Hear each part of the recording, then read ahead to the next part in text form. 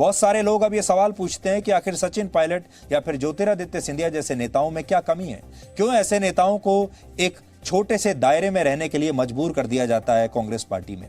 असल में इन नेताओं में सिर्फ एक कमी है कि ये नेता गांधी परिवार से नहीं है। अगर ये नेता गांधी परिवार से होते तो फिर ये नेता ही प्रत्यक्ष या अप्रत्यक्ष तौर पर कांग्रेस को चला रहे होते, क्योंकि राहुल गांधी से काबिलियत के मामले में ये नेता कम नहीं है। इसलिए आज हमने पूरे देश के देखने के लिए इन नेताओं के बायोडेटा की तुलना राहुल गांधी के बायोडेटा से की है। और आज आप सबको यह तय करना है कि असल में शासन किसको करना चाहिए, जिसके पास काबिलियत है या जिसके पास खानदान है। आप अगर सचिन पायलट और ज्योतिरादित्य सिंधिया जैसे नेताओं की राहुल गांधी से तुलना करें तो इन तीनों में राहुल गांधी की उम्र 50 वर्ष है, सिंधिया उनसे 1 साल छोटे हैं और सचिन पायलट अभी सिर्फ 43 वर्ष के हैं। लेकिन पायलट को 5 वर्ष और सिंधिया को 10 वर्ष केंद्र सरकार में मंत्री रहने का प्रशासनिक अनुभव है।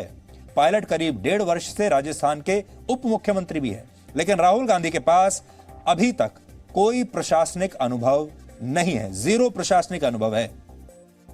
इसी तरह से इन तीनों नेताओं की शिक्षा को देखें तो इस मामले में पायलट हो या सिंधिया, दोनों ही राहुल गांधी से बेहतर हैं। दोनों ने अमेरिका की प्रतिष्ठित यूनिवर्सिटी से मास्टर ऑफ बिजनेस एडमिनिस्ट्रेशन यानी MBA की पढ़ाई की है।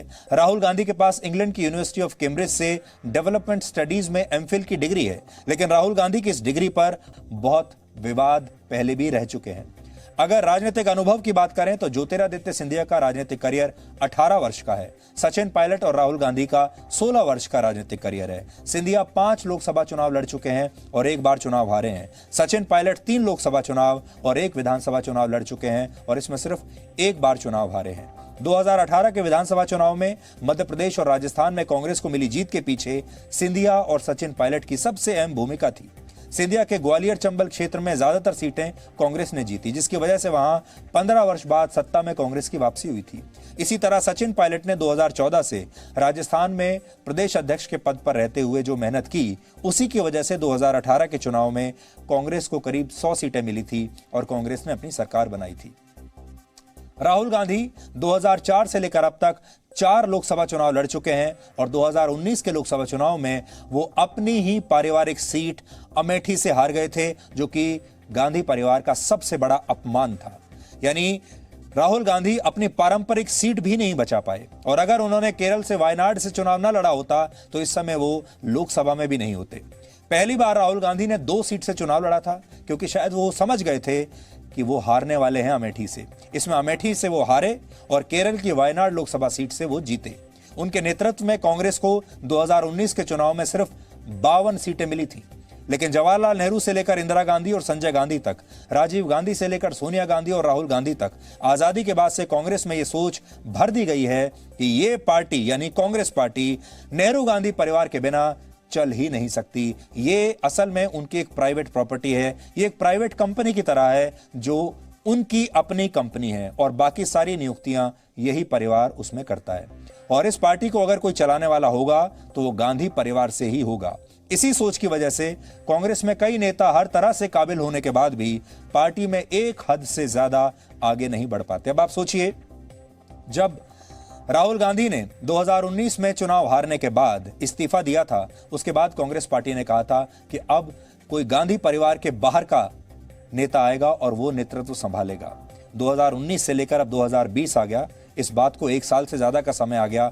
इतनी बड़ी कांग्रेस पार्टी, जो देश की सबसे पुरानी कांग्रेस पार्टी है, गांधी परिवार के बाहर एक नेता नहीं चुन पाई, एक नेता नहीं खोज पाई जो कि कांग्रेस का अध्यक्ष बन सके। और फिर कर वापस सोनिया गांधी को ही कार्यकारी अध्यक्ष बनाया गया और अब दोबारा से राहुल गांधी को अध्यक्ष बनाने की बात चल रही है। अब बड़ी बात यह है कि सचिन पायलट जैसे लोग और ज्योतिरादित्य सिंधिया जैसे जो लोग हैं, जो अपने आप में सक्षम हैं, जिनके अपने अपने इलाकों में अपनी पकड़ है, जिनके पास अच्छे फॉलोअर्स हैं, जो अच्छे पढ़े लिखे हुए हैं, अनुभव उनका हर चीज में राहुल गांधी से ज्यादा है, तो फिर वो राहुल गांधी के नेतृत्व में क्यों काम करेंगे? भला राहुल गांधी उन्हें किस हैसियत से ये बता सकते हैं कि उनकी जिम्मेदारियां क्या होनी चाहिए?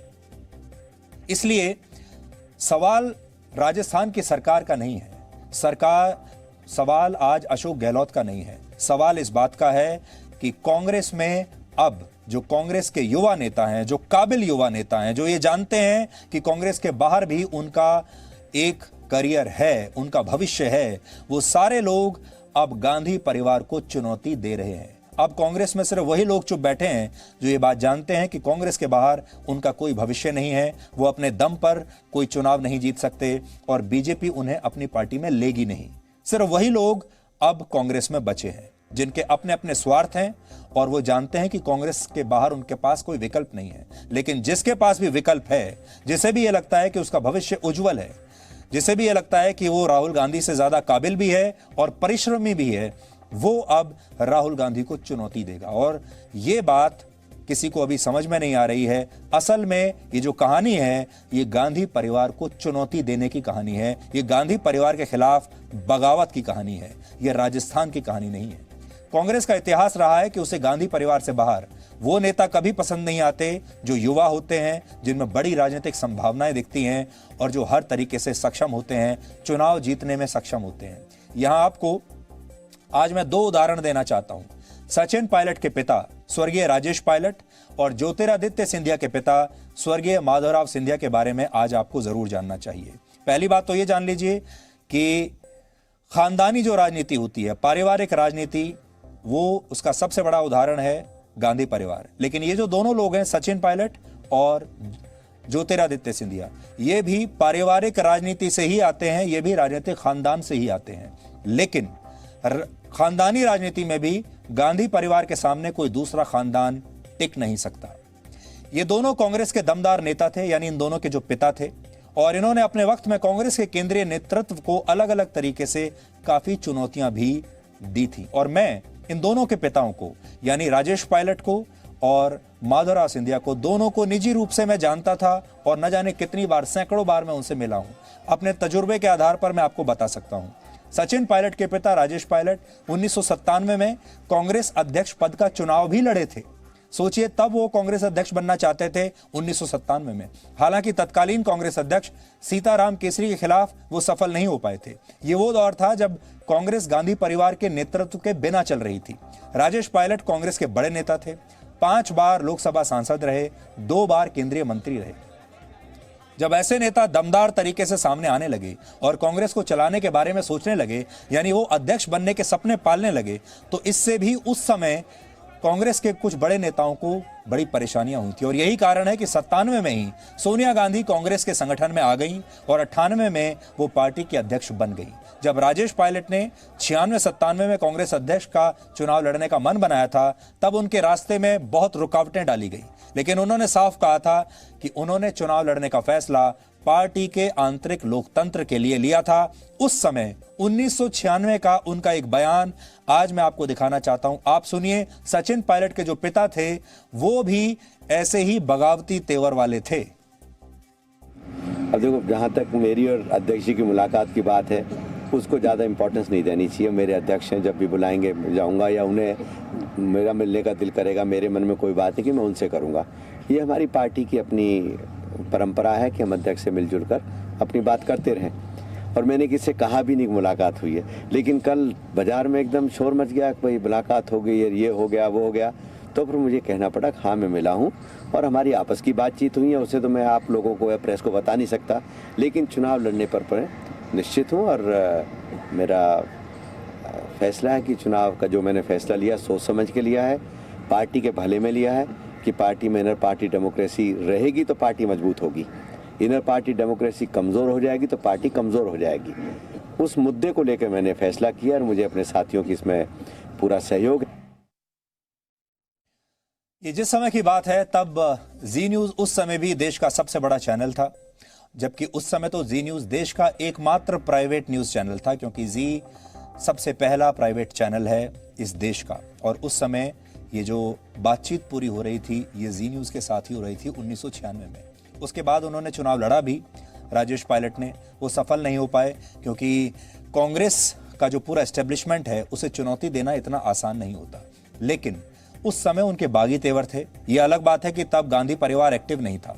बाद में जब गांधी परिवार एक्टिव हुआ 1998 में, तब सोनिया गांधी ने सीधे कांग्रेस अध्यक्ष का पद संभाल लिया और माधवराव सिंधिया या राजेश पायलट जैसे जो नेता थे, उन्हें बात समझ में आ गई थी कि हमें गांधी परिवार के अंडर नीचे रहकर ही अब जीवन भर इस पार्टी की सेवा करनी है।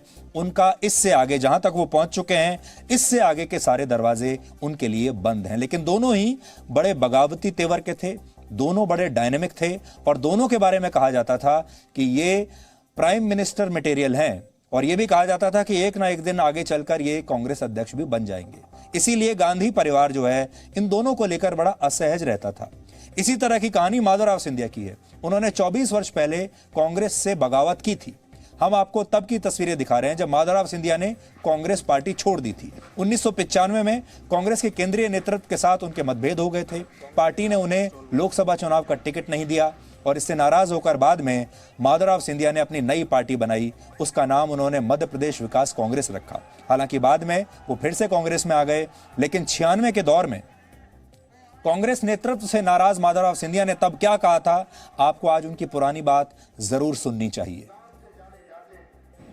अब कभी कभी कुछ कार्यकर्ता जो है, जिसको अंग्रेजी में कहते हैं कैरिड अवे हो जाते हैं और भावुक हो जाते हैं।